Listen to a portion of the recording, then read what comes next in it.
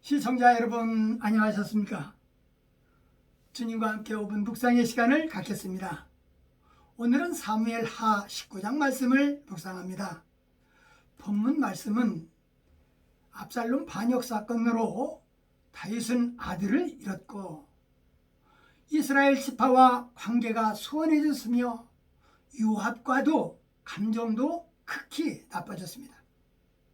다윗은 자신의 왕위 복귀 문제와 관련하여 유다 지파에게 주도권을 주었는데 이는 지혜로운 처사가 못 되었습니다.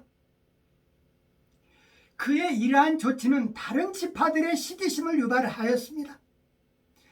적장 압살롬을 죽이고 승승장구 돌아올 수 있으련만 다윗의 아들 압살롬이 죽었다라는 전가를 듣고 다윗이 호곡하니 전장에서 돌아오는 병사들은 마치 싸움에서 쫓겨 부끄러워 도망한 같이 가만히 성으로 돌아왔습니다.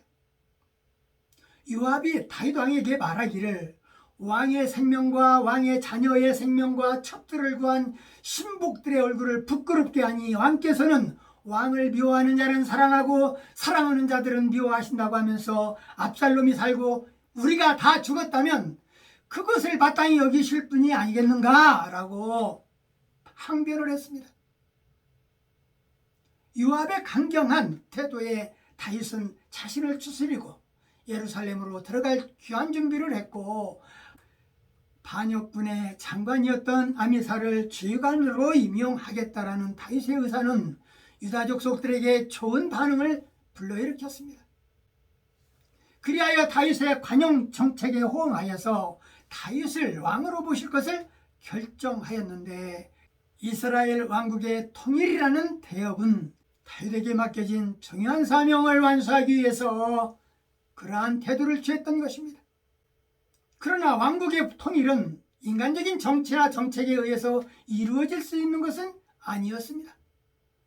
다윗은 지혜를 다하여 유다 족속으로부터 효유하여서 그 일을 진행시켜 나가라고 했고 그것은 또 다른 문제를 야기시켰던 것입니다. 바로 유다 지파와 이스라엘 사이의 정통성에 대한 시비가 붙었던 것입니다. 비록 다윗이 유다 족속의 후예였기에 유다 지파가 먼저 손을 잡았지만 이스라엘 12지파 중 10지파나 되는 북이스라엘의 불만을 사게 되었던 것입니다. 이런 인간적인 정책 결정은 다윗 왕궁의 통일을 저해하는 요소가 되었습니다. 오늘 본문 말씀을 묵상하면서 되찾은 무비보셋의 재산과 용서하는 미덕을 또 생각해 보고 싶습니다. 압살롬의 반역으로 다윗의 왕권은 거의 무너지게 되었고 다윗을 따르는 충신과 악인들의 왕위 쟁탈전은 더욱 치열하게 되었습니다. 이때 무비보셋의 종으로서 사울가의 재산을 관리하던 시바는 무비보셋의 재산을 차지하려고 나쁜 계획을 세웠습니다. 시바는 다윗에게 사울의 손자 무비보셋이 사울의 옛 왕위를 회복하려 한다고 거짓 증언했습니다.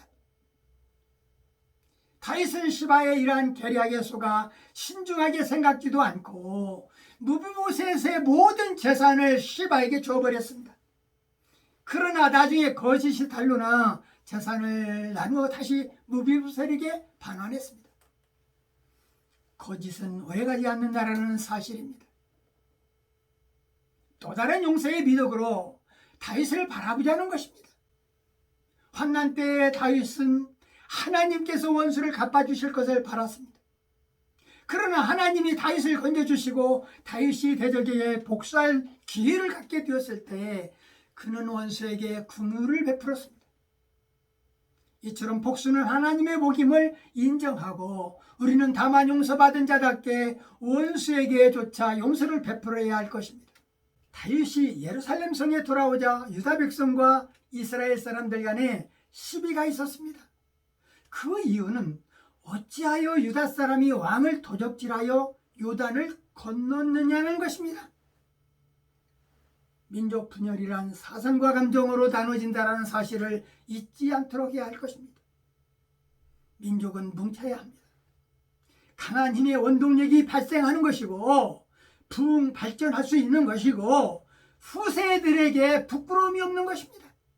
분열된 나라와 뭉친 나라의 차이는 번영과 가난으로 나눠진다는 사실을 주목해야 할 것입니다.